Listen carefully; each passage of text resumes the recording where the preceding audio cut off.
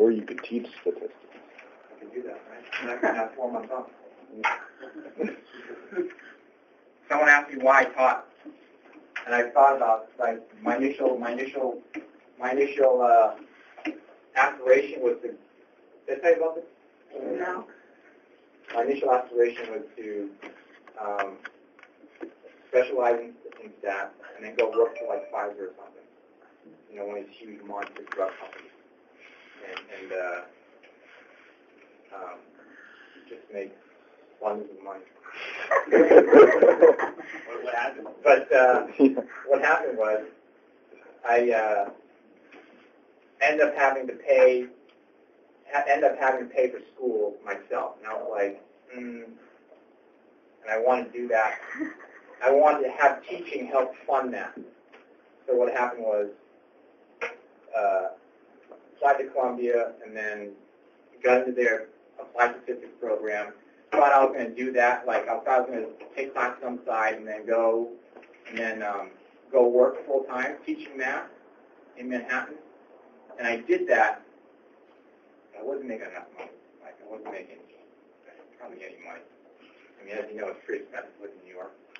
And I was making okay money to survive. I wasn't making enough money to like survive and pay for school. So I was like, okay, I'll put that on the back burner, and then I'll just teach for a while because I figured since they're paying me to do a job, I want to do it pretty well.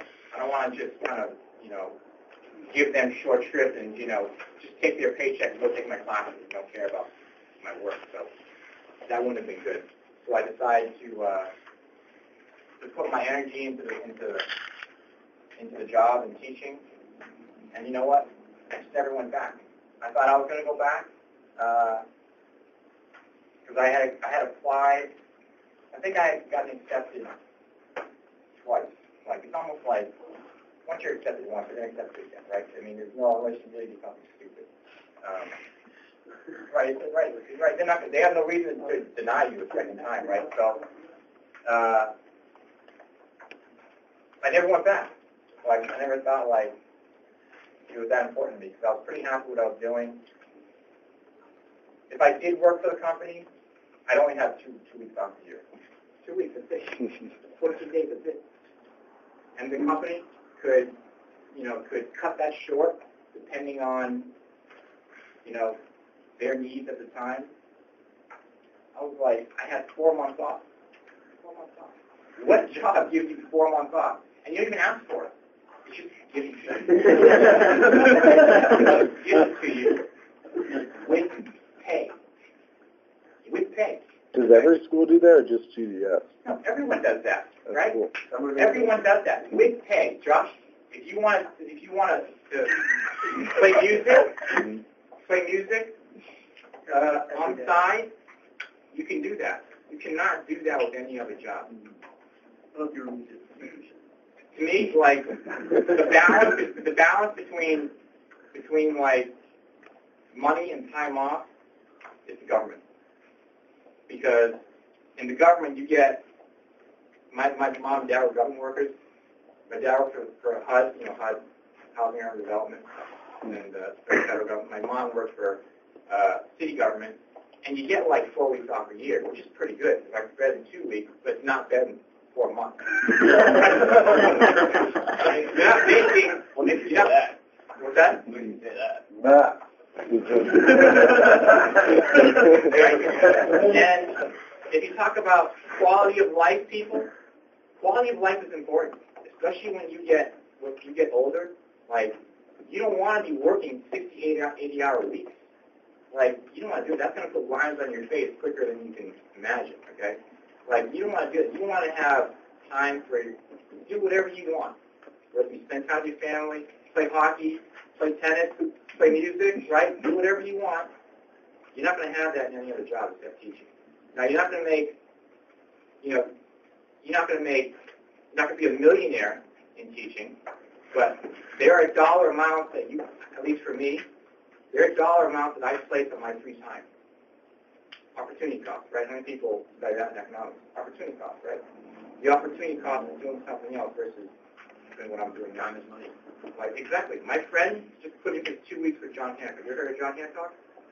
financial services like Prudential, like their competitor, he hated it because they kept shoveling work on his lap and not paying him for it. And he was going in, he was driving an hour one way to work.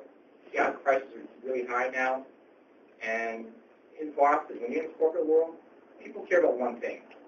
They care about themselves.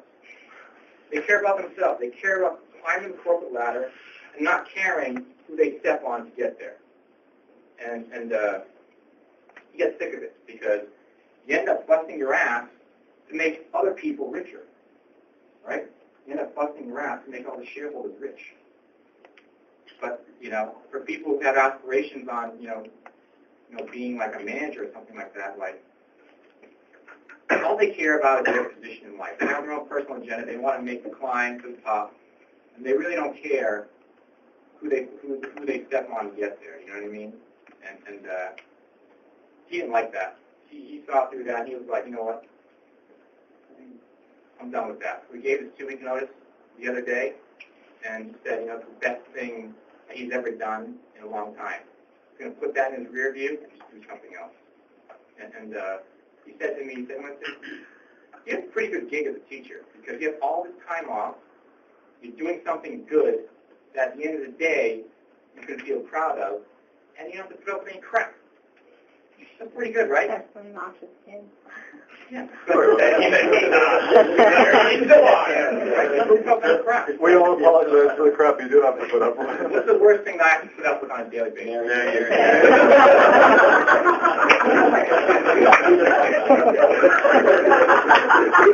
You look right at him.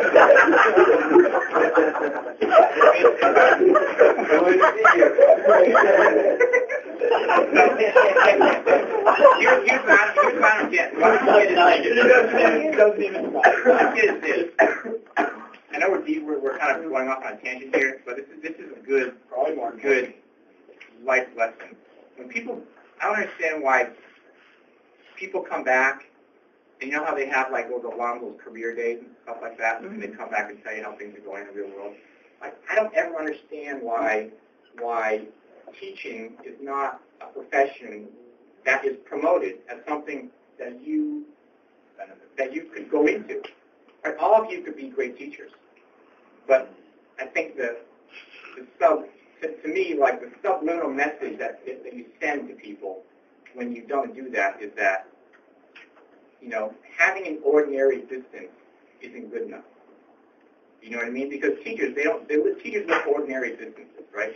Like with the money you're going to make, you're not going to, live in a high-rise apartment and drive a Mercedes Benz. You know what I mean? Like you still make that kind of money, right? That's an ordinary.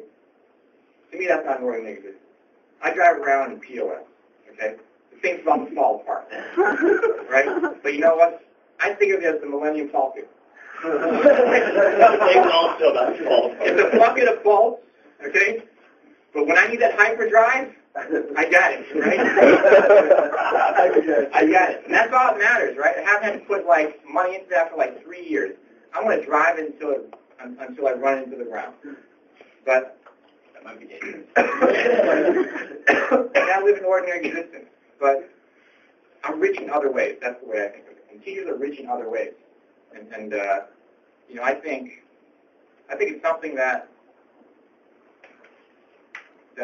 should be promoted a lot more than it is. Teaching is a great life. Like, there's nothing wrong.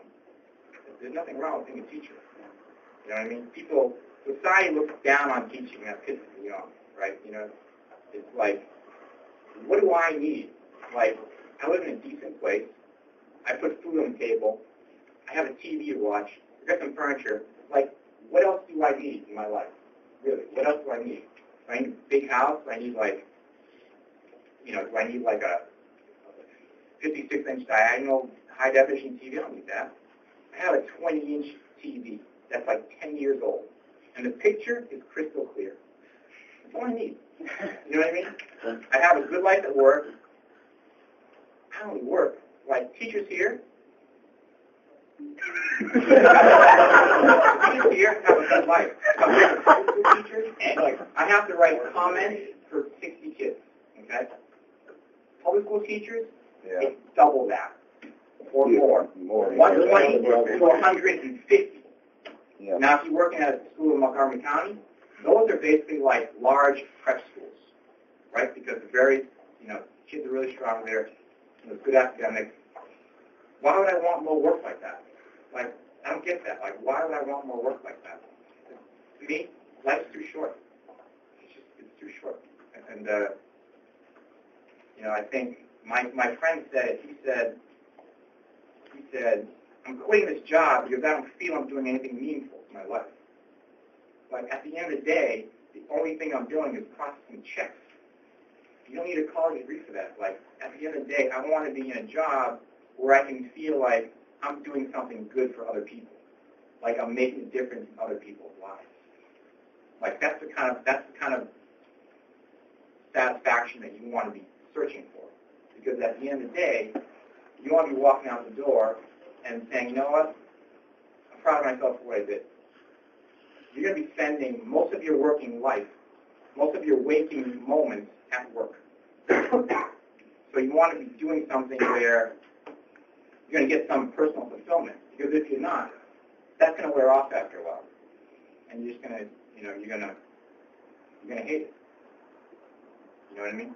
Like, at some point, you can jump around from job to job, but at some point, like, I hate to talk in these terms, but at some point, you will be irrelevant. You can't be finding yourself at age 50, right? At 50, you're going to be irrelevant. No one's going to hire a 50-year-old to work. They want to hire some younger employees so they can kind of stay at the company and kind of work their way up. Furthermore, if someone still finds themselves at the age of 50, they got some issues, some personal issues they got to work out. You know what I mean? So if you don't want to be doing that, you want to be getting into something that you like and that's going to give you fulfillment earlier on in life. There are a lot of people there. There are a lot of people who are working. There are a lot of Americans who are working in dead-end jobs just to stay in life. But you know what? They have to because they're locked into it. Because they got kids, they got car payments, they got mortgage payments, they got debts to pay off, they got credit card bills, and they can't get out of it, right? They can't get out of it. And so they're locked into these jobs that they hate. And then, why be that way? Like, know that you don't want to be like that from the very beginning so you can get locked into something and just be happy for the rest of your life. Right? Does that make sense? But you have time to do that. Tomorrow, we'll be doing it the rest of the Don't make that. Just don't realize that too late in life. Is there any teacher workplace drama? No, it's pretty chill here. It's pretty chill here. What do you think about Richard Adon? Richard. Come on, Richard. What do you think of Kevin Bond? I like everybody here. I don't love teachers. Who do you play based on the most? Based on the most? Richard. I hope it's Richard. It was Richard for a while, but then he caught on. He's a smart guy. He's gonna catch on with things. He's the kind of guy who's like, they pulled against him. He appreciates a good prank from time to time. I think everyone does it. Who's your target then? I haven't thought about that. Maybe it's you.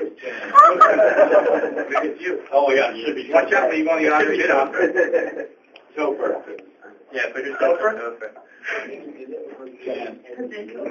I feel like a Topher Winston prank war would be. That's pretty good. That'd be amazing. We're gluing all his credit cards together. Had a friend who did that to another friend? I don't think so. I think so. That works. You can't cancel. Lots of services. I don't know. You just feel that boring. I just don't feel it's not. If I'm not laughing every day, I probably shouldn't be working there. I thought you just waited for the top day. All right.